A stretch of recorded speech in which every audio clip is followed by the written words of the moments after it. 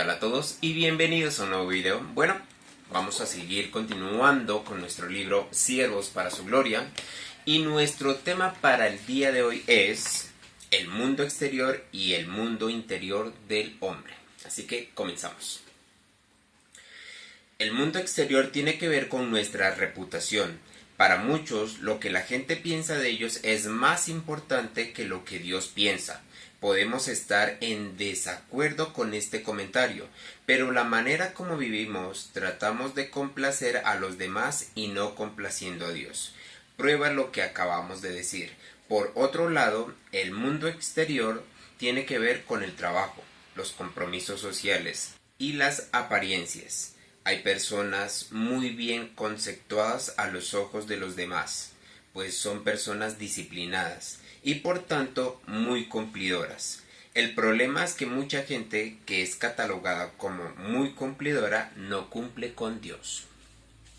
Van a todos los funerales, están en todas las bodas, están en todos los cumpleaños, van a todos los eventos sociales y más ahora que a través de Facebook pueden felicitar y estar en contacto con todo el mundo, pero desafortunadamente muchos de ellos no cumplen con Dios. El mundo interior tiene que ver con el carácter. Bueno, aquí está ya lo del mundo exterior, que está viendo mucho lo que es la apariencia y contra la sociedad o con la sociedad, pero nosotros no estamos teniendo en cuenta a Dios. Estamos viendo que nuestra manera de vivir es de una manera opuesta a lo que Dios está obrando en nosotros. Esto es nuestro mundo exterior. Nos ocupamos de muchas cosas, pero dejamos a un lado a Dios. Ahora vamos a ver nuestro mundo interior. El mundo interior tiene que ver con el carácter, con nuestros valores y creencias. Tiene que ver con lo que verdaderamente somos y sobre todo lo que se relaciona con Dios. Debemos ser personas reflexivas si queremos cultivar nuestro mundo interior. Por ejemplo, no podemos simplemente arrepentirnos sin pensar en lo que implica dicho arrepentimiento. En una ocasión, Jonathan Edwards escribió: Señor, perdóname por lo superficial de mi arrepentimiento. Y esto lo dijo el mejor teólogo que Estados Unidos haya producido anteriormente. Enfatizamos la necesidad de examinarnos. Y al respecto, Sócrates, un gran filósofo griego, solía decir que no vale la pena vivir sin examinarse.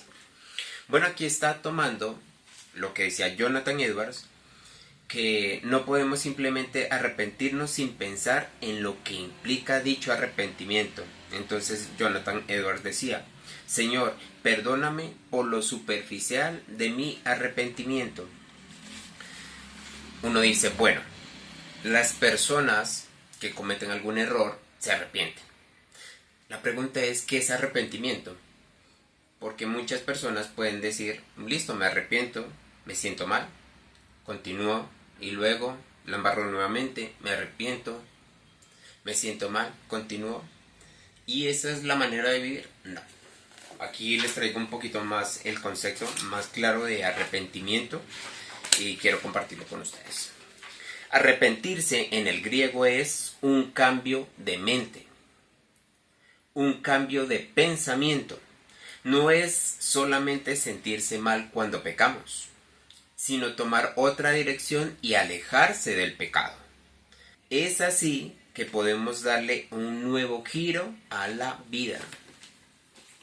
No solamente es sentirnos mal, sino que debemos tener un cambio de mentalidad, un cambio de pensamiento.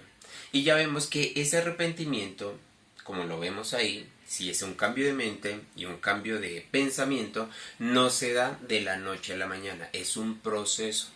Es algo de lo que nosotros en realidad no estamos como acostumbrados, porque nosotros queremos hacer las cosas ya. Mucha gente quiere hacer las cosas bien, pero no quiere vivir el proceso y se frustra cuando no le salen las cosas bien. Ejemplo, nosotros queremos un cambio de mente, lo que dice la escritura. pero no queremos vivir el proceso de que debemos cambiar de mente y de pensamiento para poder comportarnos de una manera correcta ante Dios. O sea, lleva un proceso. Nosotros tenemos que ser renovados en nuestro entendimiento. ¿Y quién lo hace? La palabra de Dios. Nosotros por eso debemos leer la Escritura. Si tú no estás lleno de la palabra de Dios, si tú no estás lleno de la Escritura, es muy difícil a que haya un cambio de mente. Es que no va a haber un cambio de mente. No va a haber un cambio de pensamiento, porque tú te vas a seguir llenando de tus mismos pensamientos, no de los pensamientos de Dios. Continuamos. En el capítulo anterior mencionamos que los hombres tienden a estar más orientados a las tareas que a las mujeres, mientras que ellas son más dadas a las relaciones en comparación a los hombres. Nosotros somos más de tareas, ellos son más de relaciones, las mujeres. Esta tendencia se refleja a nivel espiritual, en que la mayoría de las mujeres cristianas tienen más comunión con Dios y oran más al Señor que los hombres. Se refleja también que las mujeres compran la mayor parte de literatura cristiana. Está en un promedio del 70 al 80% según algunos estudios. Además, los mismos estudios reflejan que la mayor parte de la literatura cristiana que los hombres compran la leen las mujeres. La mayoría la compran las mujeres. Y lo poco que compran los hombres de la literatura cristiana no la leen, sino la siguen leyendo las mujeres. Esa orientación hacia las tareas hace que muchos hombres sean exitosos en el trabajo, pero un desastre en sus familias. A veces nos ocupamos mucho del trabajo y descuidamos a nuestra familia, descuidamos nuestro hogar. Y eso no está bien. Vamos a ver por qué. Lo anterior se puede ilustrar por medio de un fenómeno geológico llamado sumidero. Son grandes agujeros que se abren en la superficie de la Tierra en forma súbita, capaces de tragarse todo lo que se encuentra encima de dicha superficie. Se producen debido a cambios ocurridos en el subsuelo por diferentes razones.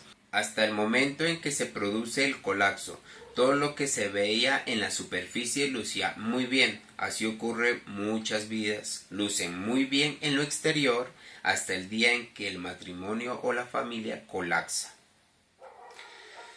Esto vemos que es muy típico. Como decíamos anteriormente, cuidamos mucho nuestro mundo exterior, cuidamos mucho nuestras apariencias y vemos o mostramos una imagen que no es. Pero va a haber un momento que eso va a colapsar y que eso va a ser destruido. Tenemos que prestarle mucha atención cómo realmente estamos viviendo. Continuamos con la lectura. Bueno, aquí vamos a ver un ejemplo y dice el libro: en el acto de graduación hubo un estudiante que se llevó el premio al mejor alumno y recibió los aplausos de todos los asistentes. Después de terminar el acto, ya en su casa, su esposa tomó una pila de libros de su biblioteca, los tiró sobre la mesa y le dijo: ahí están tus libros, te puedes casar con ellos, me voy. Esto ocurrió en el mismo día de su graduación del seminario. Esta historia nos da una idea de cómo existen cosas capaces de corroer el interior de una persona, de una relación, de un matrimonio, de una familia. Eso ocurre porque las prioridades no se han definido claramente y cuando se las han definido en palabras, no se las han puesto en práctica. Entonces hablábamos un poquito de las prioridades. Ya sabemos que la prioridad debe ser Dios. Si no está Dios en nuestra prioridad, puede pasar lo que sea. Si estamos casados, pues obviamente puede pasar que se rompa el matrimonio. Que si tenemos hijos podemos fracasar con ellos con respecto a la crianza, a las enseñanzas. La prioridad debe ser Dios. Continuamos. Debemos recordar que nuestras prioridades se relacionan con nuestro propósito de vida. El orden de esas prioridades determina cómo vamos a vivir y además determina los problemas que pueden generarse. vamos a usar otra ilustración para que nos ayude a entender mejor de qué manera el orden de las prioridades influye en estas cosas. Existe una tesis conocida como el principio de Pareto, que mucha gente se ha aplicado en diferentes áreas. El principio de Pareto también es conocido como la regla del 80-20. En una de sus aplicaciones se dirigía que el control de calidad, el 20% de los defectos afecta el 80% de los procesos. En una compañía que manufacturaba múltiples productos, algunos dirán basados en el principio que el 20% de dichos productos probablemente genera el 80% de los ingresos. Nosotros podríamos aplicarlo de esta forma. El 20% de este libro seguramente producirá el 80% de impacto en los lectores, o el 20% del sermón producirá el 80% del impacto en quienes escuchan. Este no es un principio absoluto, pero nos da una idea de lo que Pareto estaba tratando de ilustrar. De esa misma manera podríamos decir que si organizamos nuestra vida de tal forma que en el primer 20% de nuestras prioridades se encuentra en Dios y nuestra familia, quizá nos evite el 80% de las consecuencias negativas que pudiéramos cosechar en la vida. Dicho de otra manera, si en ese primer 20% de nuestras prioridades tenemos al trabajo, los compromisos sociales y las amistades, en lugar de Dios y nuestra familia, esa desorganización y nuestro mundo interior es pues la causa del 80% de los problemas que tenemos: conflictos personales, conflictos matrimoniales, dificultad con los hijos, problemas morales, éticos, espirituales y económicos y de salud, etc. Quizás uno de los problemas más comunes entre los cristianos es el económico, y en la gran mayoría de los casos los problemas económicos no son primordialmente económicos, sino del ser, de cómo vivimos, cómo visualizamos la vida y el mundo. La manera como concebimos el uso del dinero determina cómo lo gastamos o cómo lo malgastamos. En el área económica hay gastos en que no debemos incurrir porque hay dinero que no tenemos, y si no tenemos, no lo podemos gastar. Puedes hacer uso de la tarjeta de crédito, pero esa deuda hay que pagarla eventualmente y con intereses. Los problemas que cosechamos en la vida son los intereses que pagamos por las cosas que dejamos de hacer de manera prioritaria. Esa desorganización se produce en el interior del individuo antes que el exterior. Bueno, ahí vemos que si nosotros no nos organizamos interiormente, es imposible que nuestra vida exterior esté organizada. Y ahí nos menciona una ley, que es la ley Pareto, del 80-20, y que debemos nosotros priorizar ese 20% en Dios y la familia, para que ese 80% de resultado sea reflejado como Dios quiere. No negativamente, sino positivamente. Así que tenemos que ponerle atención a eso, de cómo nosotros estamos viviendo, de cuáles son nuestras prioridades y que si realmente Dios está en nuestro primer lugar.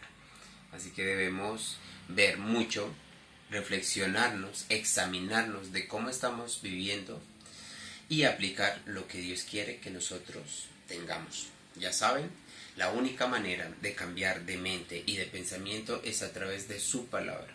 Si no nos llenamos de su palabra, es imposible que esto pase. Espero que les haya gustado el video y no olviden en dejar sus comentarios y suscribirte a nuestro canal. Somos Dios en la Biblia. Bendiciones.